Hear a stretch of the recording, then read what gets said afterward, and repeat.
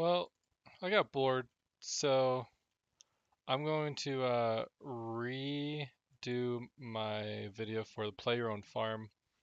I have another one already. It's actually covers a lot of stuff. I think it's like 40 minutes long. I don't remember. So I'm going to try and do same quality in less time. I don't think that's possible because there's so much to the farm. But I'm going to start off with the basics and since I don't edit my videos, basically just judging by which part of the farm I'm on, scroll through and try and see what I'm talking about. But yeah, I'm gonna go basics and then I'm gonna go more and more complicated. Um, and I'll try and cover here at the beginning kind of basic strategy for the farm. Um, but yeah, so first off, the first thing about it is this is Granny Potterington. Sorry, well, this is where you start off the play around farm stuff. You do her little mini quest. It's like 17 construction, 17 farming. Um, I don't know, something along those lines. It's really close. And then she has you start off with rabbits. And basically, the way the farm goes is if you're starting from level one, best method is to start with your rabbits and then just work your way up as you go. Um, so as soon as you can get chickens, like I honestly like 17 to 28, you could do that in one day. You go straight to chickens. At first, you only have one pen. Um, anyways, well, okay, yeah, I'm getting ahead of myself. So basically, just do these in order. As soon as you can go to the next one, because you're really only limited by level, then go to it. And that's generally going to be the best method for getting beans as well as experience.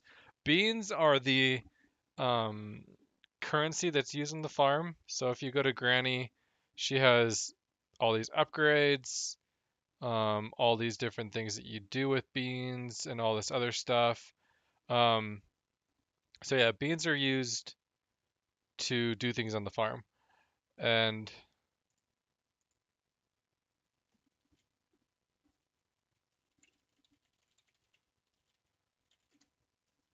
did he just go under me?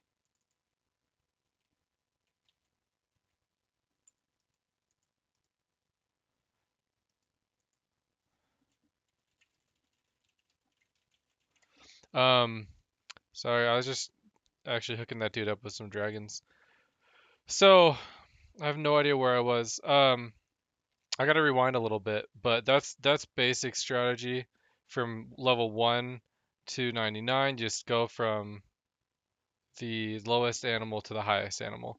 If you're max level, um, get some dragons from somebody, buy them, do whatever, and then you can sell those for a lot of beans, which will basically let you unlock a lot of things all at once.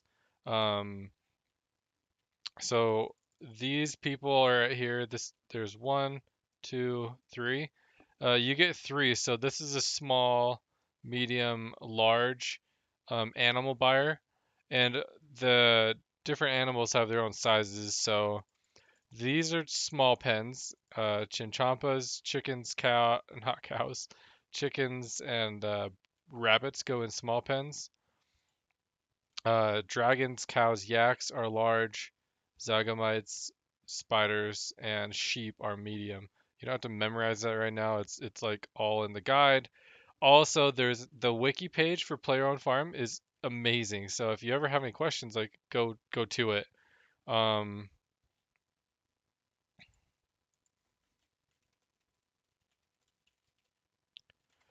um, so yeah, this is a small pen. Let's do like a really quick loop-de-loop.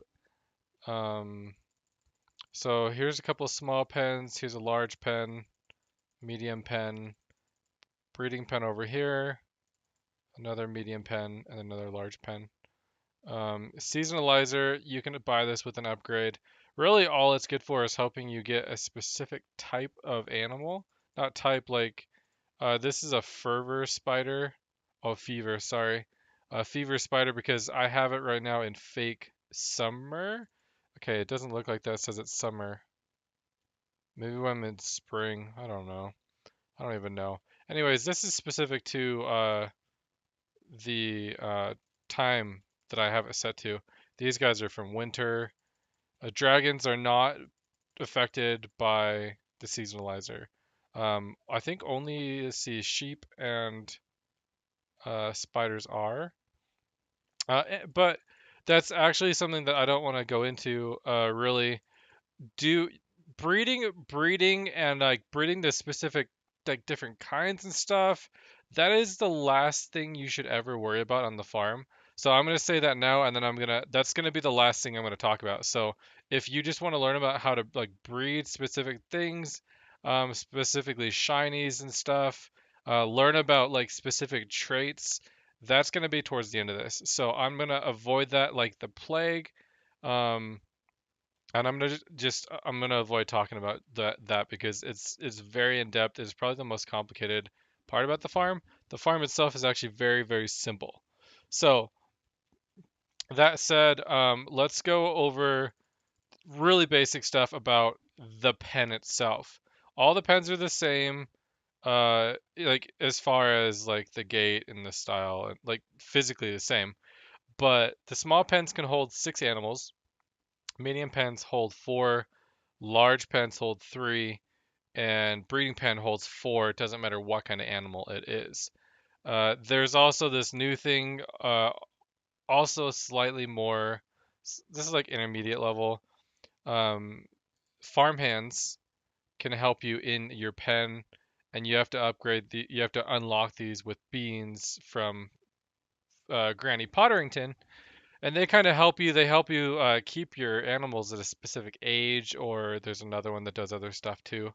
But that's nice because your animals age from uh, some of them have different stages. They go from young to old, and the middle stage that all of them hit is adolescence, and that's when you sell them to these guys for the most beans. Anything older, anything younger, you're losing out on a lot of beans. Um, so you have a style you can jump. You can click on the paddock here to kind of look at stuff, add and remove, check your farm hands out. You can add food from anywhere.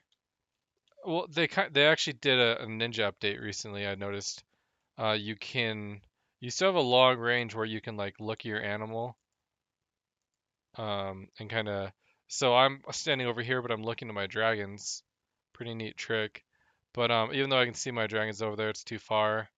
But I can put food in my dragon's trough from here. Same thing from here. I can do this. Same thing. I think I can hit that trough. Nope, just barely too far. But I can hit it right there. And you can put 60 in at a time, 60 of whatever the item is. Each animal eats different items. Check the wiki for what to feed them. But you can also click on the animal at least, and it should see it should at some point tell you what this thing eats.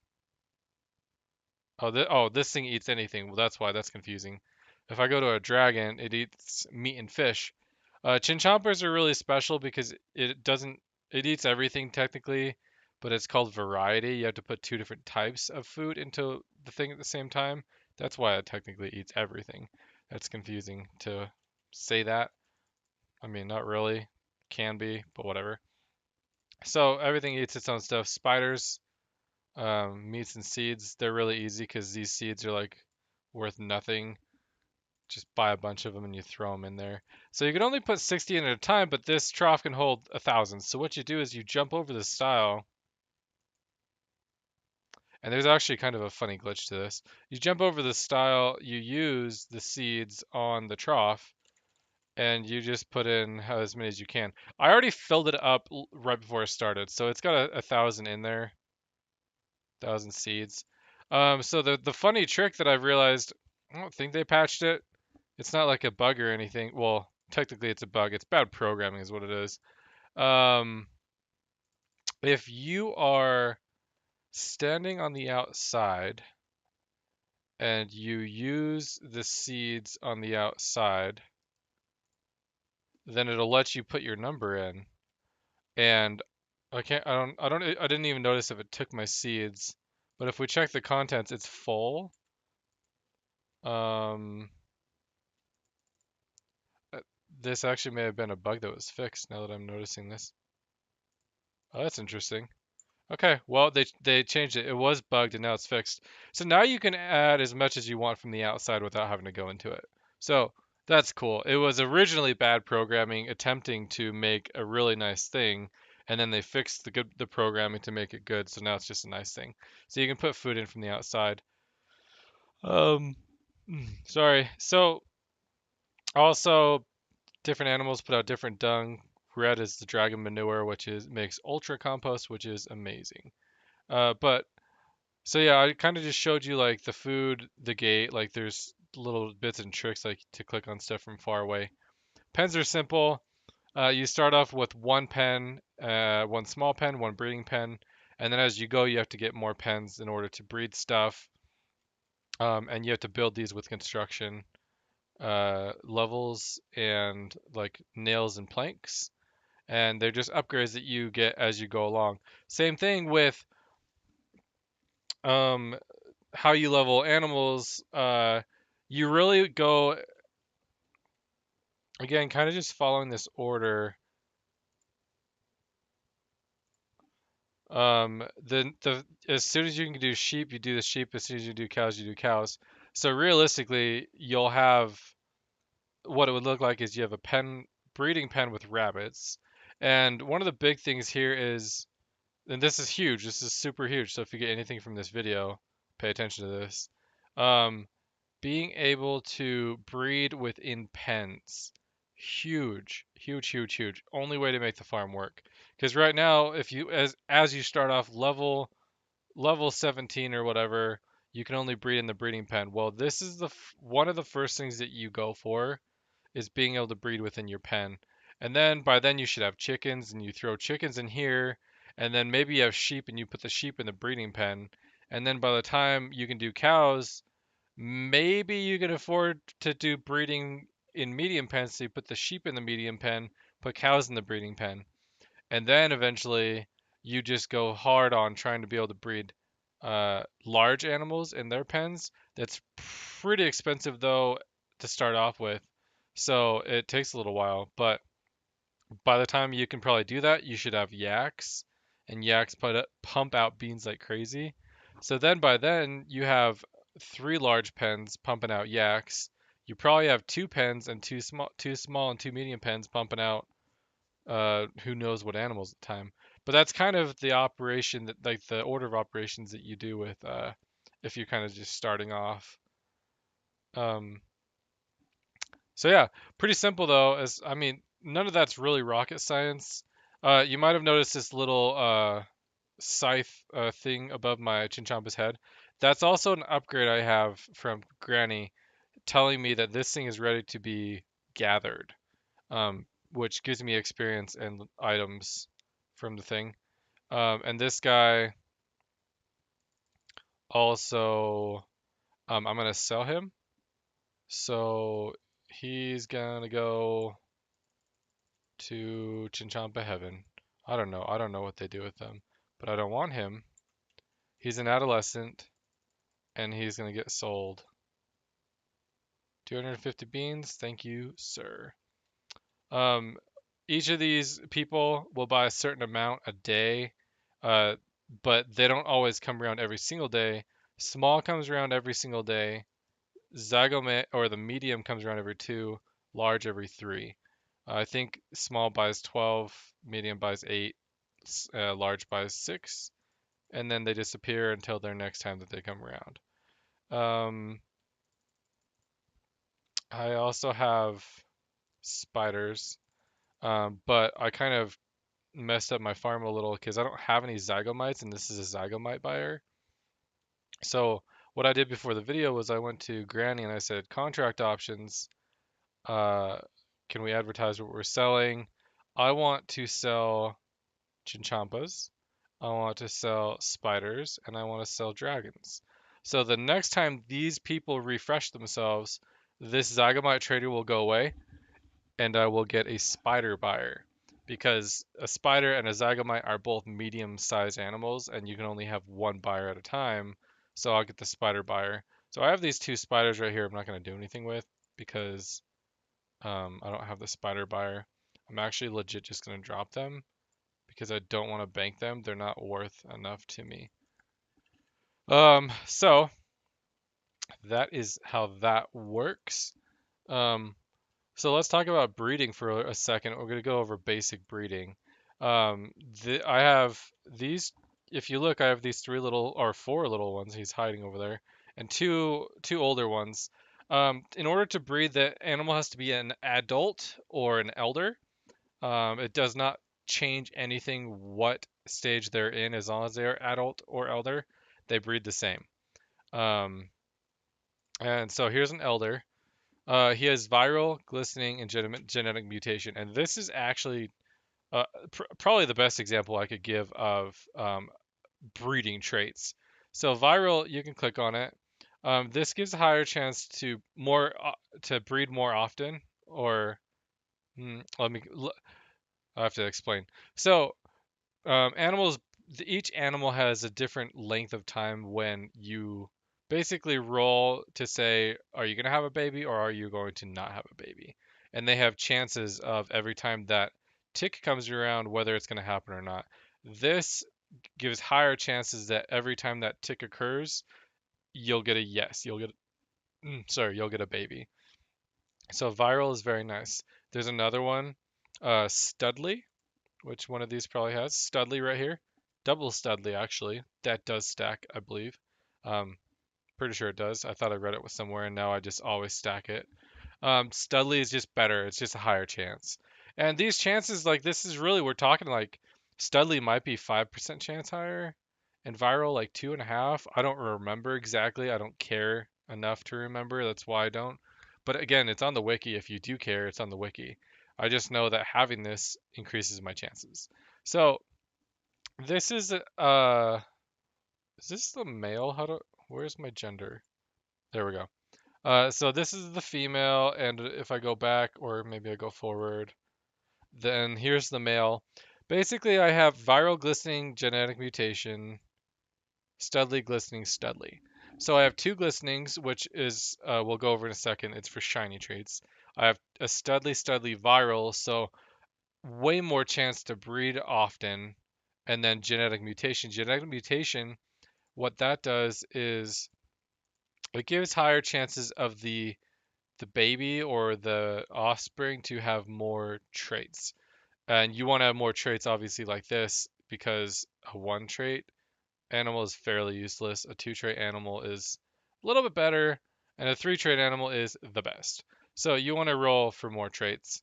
Another thing is there's an upgrade with, again, Granny Potterington to give you better chances to get more traits slash better traits. Maybe not more, maybe it's better, but I think there's one for more too. I may be getting confused with the farmer's outfit because the explanation on that is like 12 years long. But anyways, she has an upgrade for you regarding traits. So this is my breeding pair for Chinchompas. Um, and I'm gonna go over the glistening in just a second. Let's see if there's any genetic mutation instability. They are essentially the exact same damn thing. They're higher chance to have multiple traits, higher chance to have multiple traits. Same thing, sounds similar. Not to be confused with genetic inferiority, which I don't have any of those on me. Genetic inferiority, not genetic instability. Genetic instability is the nice one. Genetic inferiority makes it so that your offspring has less chance to have multiple traits. So, one we like, one we don't. Okay, going. So, and then real quick, so I think that's actually basics there. So, that's the basics of breeding. Really just try and get any of these plus viral, genetic mutation, genetic instability. These are the traits to have. If you are building your farm and you're still growing and you're not trying for shinies, because realistically, if you're trying to level your farming still, you shouldn't care about shinies, then you shouldn't have glistening. Like you should try and have something else besides glistening. Um, Sparkling, glistening, and radiant are the three shiny traits. Um, so you shouldn't have any of those if you're just trying to grow your farm. If you just 100% are going for efficiency, it's not going to hurt to have them if you don't give an F. But if you're going for pure efficiency, you don't need these. So, why do I have them? Actually, I have an example of, here we go, this guy. So, if you take a look at this Chinchompa, you can see on that lower line, it said, well, you can see it says shiny with an exclamation. This is a shiny Chinchompa, and he is gold. If I put him in the pen, he is very beautiful. I think this is a he. It's a she. She is very beautiful. Um, Looks amazing. When she, sorry, grows, she actually gives me gold coins rather than the normal Chinchampa or Skill Champas and residue. So some, if not all, of the shinies actually do give a different produce. Um, Otherwise, the only difference having a shiny is that they, being shiny, have an innate trait that increases the chance to have another shiny when offspring. So that's like literally 1.5% increase, but that's just because they're shiny. So this one's viral, which means it's gonna be more likely to breed often. But besides the virility here and his own shininess, he is 100% like any of my other um, Chinchampas here. And in all actuality, because this one here has glistening, this one actually has higher chances for the baby, the offspring, to be shiny, because glistening is better um, than just the base being shiny. So just to kind of to put it into numbers, and roughly speaking, I'd pull up the wiki, but I guess I could pull up the wiki. Um,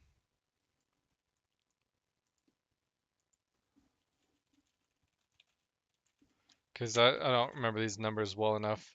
Uh, Basically, what it comes down to is you end up with like a 10% chance to get a shiny. Ba-da-da-da-da-da.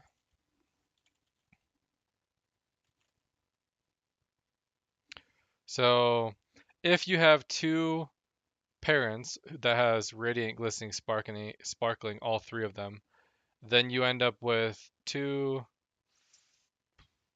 five, another five, 10% between the two of them. So they have a 10% chance that their offspring is going to be shiny. And then if you have a shiny animal, um,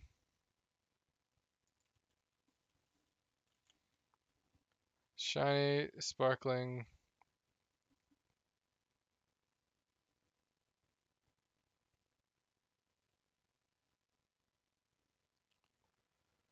and then oh, apparently it's a 2.5% chance if it is shiny, just according to what this is saying. If it's a 15% chance if it goes from 10 to 15, and you have two shiny parents, so that's actually amazing. I didn't realize that. So that one shiny Chinchampa that I have is actually better than my glistening, but I have way better breeding traits, so I don't care that much. But so that's basic because a couple of the animals have different methods of breeding shinies. But most of them are that way. So here's another kind of interesting example. This is an Araxi spider, and this is the shiny version of. Spiders. I didn't breed this though. I actually got it from a drop from Iraq Sea. So my log is not covered. I still have to breed one, even though I have one that I found and farmed myself. What does this do? But as you can see, there's all these different other types of spiders that are either time of day or just generic or based on seasons. Rabbits, these are literally just you go catch these three. Like they're all just different types. You don't have to do seasons or anything. And then this is the shiny. Chickens, boring a bunch of them. You just by chance get them, I think. Can't remember if you have to do anything special for chickens. And then you get a shiny. Chinchompas, um, just like dragons, chinchompas, you have to get the actual chinchompa and breed the actual chinchompa. So I only have crystal because I've never bred anything below. Side note to these, if I have a gray chinchompa, I have an extremely small chance of its offspring being any other color above. But my crystal chinchompas cannot be anything below. And here's my golden chinchompa. Same thing for dragons. A green dragon can breed up to a black, but with very small chances. Black cannot breed red, blue, or green. Any of them can breed a royal, but in order to breed a royal, which is the shiny, the offspring has to be a black dragon. So if I was to breed a royal with a green dragon, I first have to get so lucky that my two green dragons or whatever colors breed a black dragon, which is like, I don't know, 1 in 100. And then also it has to roll the dice that it is a shiny, which dragons have to meet specific requirements in order to do. And so that's basically just like hitting the lottery 3 times in a row. Black dragons will always do black dragons, so that's why a lot of people use them because they are way easier to get royal dragons with. We'll talk about dragons later as far as breedings goes, because for some reason everybody wants to breed royal dragons. Sheep, like spiders, are just very season based and time of day based. Zygomites are just kind of come as you go. Zenarian, I think you can only get from mushroom patches, maybe. Damon cap, I do not know. Arc spore, you get from the arc from mushroom patches. Magical, just the shiny. Cows, just random, just random. I don't think there's anything special to them. Maybe there's seasons. I've never actually looked into it. I usually look into it once I'm ready to go to my journal. Yaks, you have to kill yaks to get a Fremnik yak. Spirit yak is the base, and sacred is the shiny. And again, there's dragons. So that's what the goal is for people basically that want to keep doing farm and like want to have another goal is they try and get that log filled out. Um, and yeah, so that's kind of breeding, basic breeding, intermediate breeding. Um, I'm gonna go now into dragons and how to get royal dragons. If that's something that's interesting. Otherwise, like that's really the basics of farm. Really quick, let me rack my brain and think if there's anything else. I think this is almost 30-minute video. Yeah, so I'm gonna really try and actually avoid going much over 30. It's gonna hit 30 no matter what. But that's basics of the farm. I mean, there's different strategies of how to do things, but you can kind of figure that out. Um, yeah, I don't think I actually missed much, if any, much. I'm sure I missed some things. Um, but how you do your farm is just so tailored to how often you check. Um, you could go away for a week and come back and you might everything probably bred, like everything had babies, but the babies won't be grown because they have to be born first. So you have to say come at 2 in the morning, they're all born, and then you come back at 8 p.m. and then they will all be um, grown to different ages. But if I don't get on at 2 a.m. and I get on at 8 p.m., then that is going when they're going to be born. Then I have to wait until tomorrow before they actually start aging. So that's why a lot of the time, just like going to the Ardoon lodestone, just like once a day or something, like when if you're online, and then just clicking over here just to get it to load, because the programmers actually did something very useful. Is there's like an invisible wall here or something, that if you're on this side of it, nothing over here loads because it was so effing laggy every time you load in. I don't even know if it's an invisible wall here, but if you load into the lodestone, you can run this way with zero lag and nothing will trigger. You have to step over here in order for it to trigger. But that is one of the biggest things about the farm. Everything else, you don't have to do anything. So I'm in artificial spring. I wasn't sure earlier. You don't have to do anything for the most part, besides just stopping in once in a while. Um, so as I was here earlier, my East Pen, which is this one, has given birth to a child. And now that can grow up. If I don't come back for a week, then they will go from this egg stage completely to elder and just I won't see any of the other stages. I can then gather produce as if I gathered from every single stage. I don't lose any XP for that. Um, but I missed a chance of getting them at adolescence, which is when I usually would sell them for beans. Anyways, so yeah, lots of different strategies. But that's like the basics of it. Um, Dragon breeding, if anybody cares, how to get a royal dragon. So I'm gonna blaze through this. I do know I covered that really well in my other video. But here's an example. My dragons over here are not a perfect breeding pair, but they are a very good breeding pair for getting a royal dragon.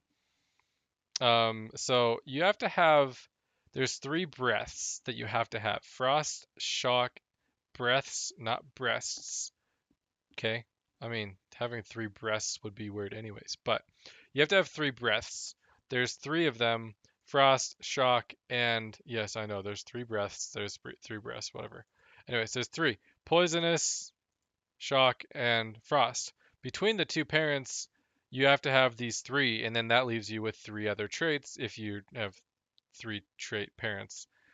So I have sparkling, which is not as strong. There's way better ones to have. And Studley. Oh, and then genetic instability. So, as far as getting just a royal dragon is concerned, ideally you would have radiant, glistening, a breath, and then radiant, and then a breath and a breath. So this was kind of hit on in the when I went over when I looked at the wiki just now, but the shiny traits are kind of locked into one of these three areas. So this is one, trait two, trait three. You can only get radiant in trait three. Glistening you can get in trait two or three. Sparkling you can get in trait one, two, or three. The reason for that is because sparkling is the worst, so it can take up any of them. Uh, Glistening second best or second worst, so it can take up two of them, but it cannot be down here because it's one too good for that. And Radiant's the best, so you cannot get it down here. You have to get it from here. So this shiny right here, this is the best shiny trait I can get without re-rolling one of these two. If anything, I would re-roll this to a Radiant, and then maybe roll this and roll it until I get Poisonous Breath, and then re-roll this to Glistening, or another genetic instability or something. But right, without a bunch of rerolls, and rerolls can add up to beans very quickly. I mean, you have to use beans to reroll anyways.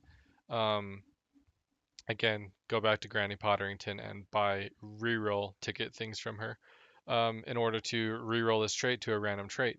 But that can add up very quickly. And beans can also pretty much be directly correlated with money, in-game money. because there's ways that you can, again, with buying certain upgrades, you can make money off of the beans that you have. Not you can't really do it directly to players, but you do something with the beans, and then from what you do from what you got with the beans, then you can sell them or use them to make more money. Anyways, so you're basically spending money or using money um, when you do rerolls. I have legitimately probably spent 40 mil or so, I don't know, on rerolls. It's money that I didn't have, it's money that I could have had. And it's pretty guaranteed too, because, anyways. Um, so this is a dragon pair, not perfect, but pretty good. Um, actually, only decent because I don't have like really good shiny traits at all. So these two breeding pairs, with sparkling, these dragons have a base. Every animal has a base like 0.5%. What did the wiki say? Did I close it? I must have. Oh, it's right here. Um, a base chance of 0.1% is what that said. Um, so they replaced the base 0.1% chance. So my dragon pair between the two of them has nothing but sparkling. So this is how crappy actually this pair is. Um, between these two dragons, I have 1% chance that my offspring will be shiny. That is actually not great. Um, I mean, there could be math done to say, well, the more often you breed, the more chances you're going to get. So Studley is nice because you have higher chances to breed, which if you don't breed, that 1% chance is useless. Anyways, genetic instability is also useless if I'm not getting the shiny. Um, so going back to shiny parents actually help shiny babies occur. So the ideal is to have two royal dragons with three traits. That's why I have genetic instability on there, because I don't want to end up with a royal dragon with one trait, which I have done twice. This breeding pair with their 1% chance has actually bred a royal dragon. He had one trait. It was sad. I sold him for beans.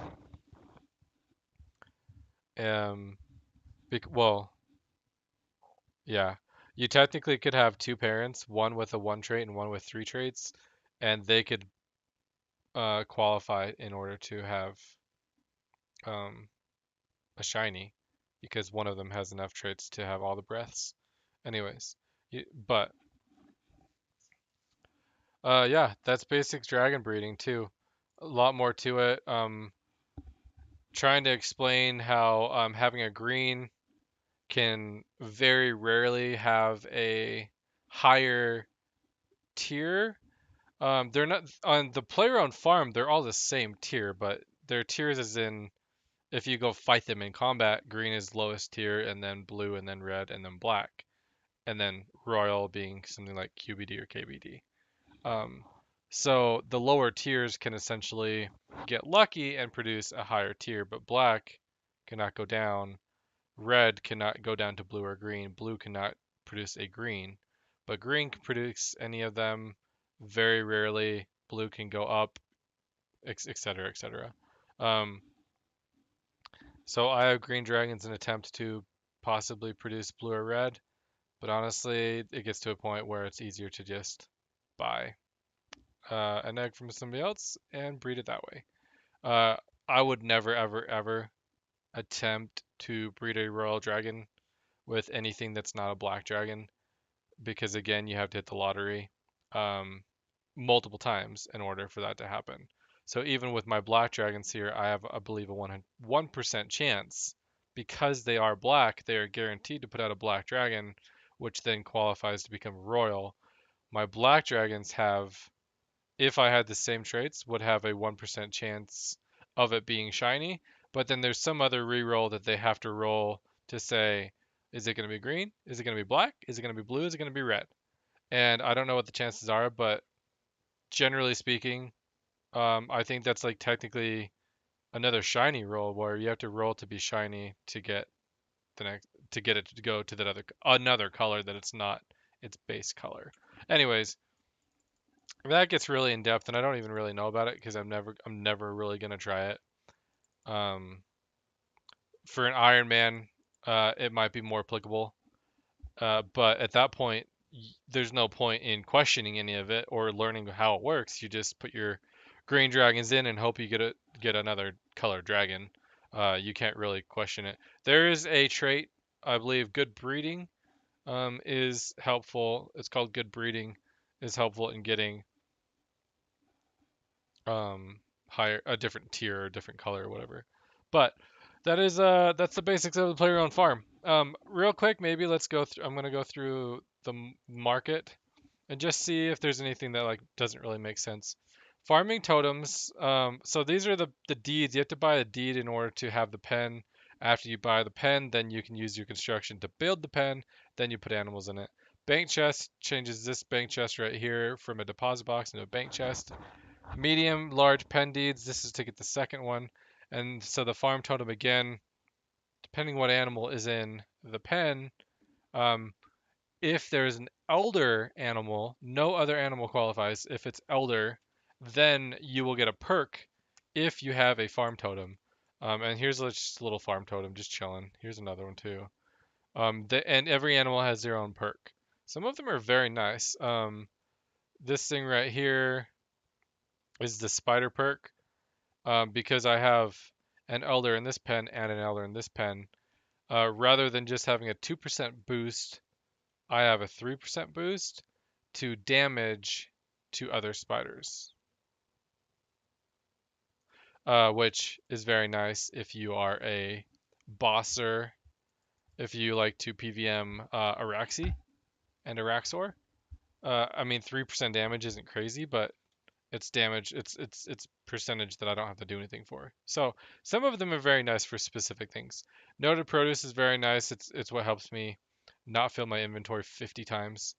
Seasonalizer, I literally didn't get it until like a week ago. I have spent over 300,000 beans and I never bought it, even though it only costs five. Um, that's crazy to think I've spent so many beans, to be honest. Even though it only costs five, I never bought it because it's so useless unless you're trying to get seasonal different animals. The trait boost, increased chance of having multiple traits. Okay, so this gives the increased chance of having multiple traits. The farmer's outfit that I was referring to earlier gives chance to have better traits. Um, and then here's the ones to breed in pens. The Storm Barn Deed and the Storm Barn Extension. This is very nice. Basically, little bank space for your animals on the side here. Um, I pretty much just put breeding animals in here to keep them separate from my other animals that I have just like randomly thrown into my bank that I'll probably raise to adolescence and sell for beans. That way I don't accidentally mess up and sell one of my breeding animals. Sheep, cow, chickens. You can. This is the only place you can get them.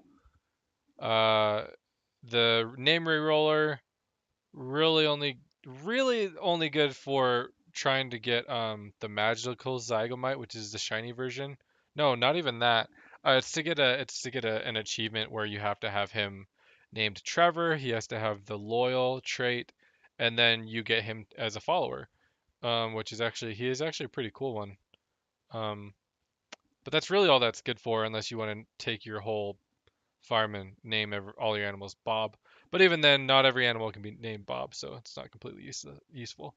Trait reroller, this is the one that I've spent thousands and thousands of beans on, probably a couple 100,000 beans on, between multiple breeding pairs.